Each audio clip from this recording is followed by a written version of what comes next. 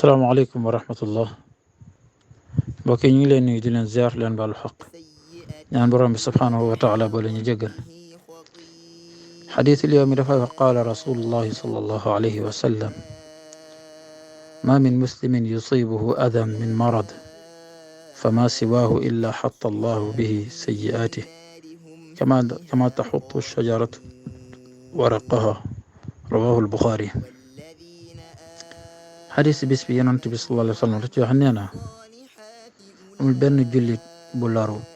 wala feebar dal ko wala leneen lu dul yooyu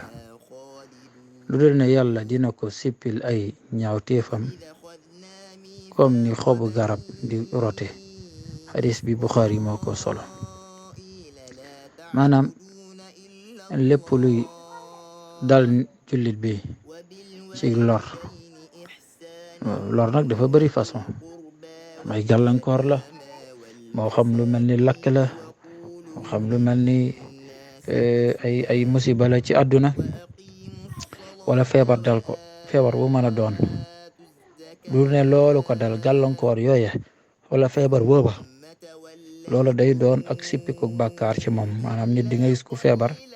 wala dee maanaam tëdd ñaari at wala ñett wala ay weer fekk diggante boobu yëpp ñu ngi raxas ay loola feebar boobu mu ngi raxas ay bakkaaram ki noonu nit dana am balaa bu ko dal bu mag bu metti fekk loola maanaam xéewal la ci moom da koy ragg ci ay bakkaar bu mu set bu ca faatoo nag kooku am nañ yaakaar mu daje ngërmande yàlla fekkee ne faatuwoo ca it am nañ yaakaar ne moom si yàlla seetal na ko ci bakkaar moo tax lu am solo la wala alquran doon ñu wax naan asa an takrahu shay'an wa xayrun lakum bari na it li ngeen mën naa am ngeen ni bañ dara fekk loolu mooy li gën ci yéen waaw yàlla lu mu def ci jàmm bi rek loolu mooy li gën ci moom moo tax jullit bi bu muy jàmmat lu ñëw rek nga xam ne xikmatun ilahiya mu ngi ci loolu yàlla mu ko bind moom rek moo ko xam na yan yàlla boo leen ci ahlu sabri mooy ñooñu muñ